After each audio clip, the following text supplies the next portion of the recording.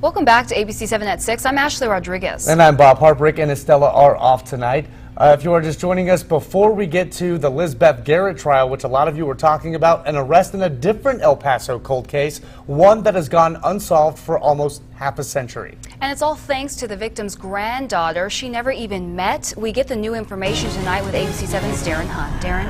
Ashley and Bob, I'm a fan of the reality crime show First 48, which suggests that most murders that are solved have a suspect arrested within 48 hours. Well, this case took 45 years for an arrest to be made. Now, here's what we know. 21-year-old Doris Rivers was stabbed to death on November 12, 1970. The murder took place in her home at 241 South Glenwood in South Central El Paso. Investigators at the time secured fingernail clippings from Rivers that remained evidence over the years. After an inquiry about the case from 2 years ago from Rivers' granddaughter, those clippings were sent to the Texas Department of Public Safety Crime Lab for DNA testing. And that led to the identification and arrest 2 weeks ago of 70-year-old Willie James Johnson in Madison County, Mississippi. Now, police say Johnson, who you see here, cooperated to give a DNA sample when contacted. He was one of the original suspects, but there was no firm evidence pointing to him at the time. Now, police say Johnson wanted a romantic relationship with Rivers, but she was not interested in that.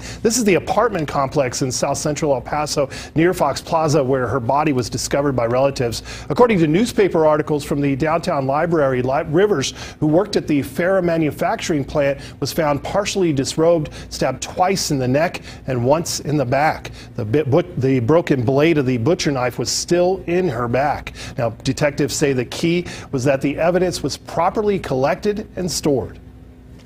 Back then they didn't have anything. They could not do anything with it. There was no DNA in 1970. That came years later. And they did not collect that with DNA in the background because they didn't know about it. They did an excellent job, though, of collecting it for us, storing it, preserving it properly so we could work with it. Now, Johnson is expected to be extradited to El Paso to face charges soon. Now, Police Chief Greg Allen said there is no statute of limitations on murder. Police told us this arrest is leading them to look at other cold cases and the possibility of also doing DNA testing.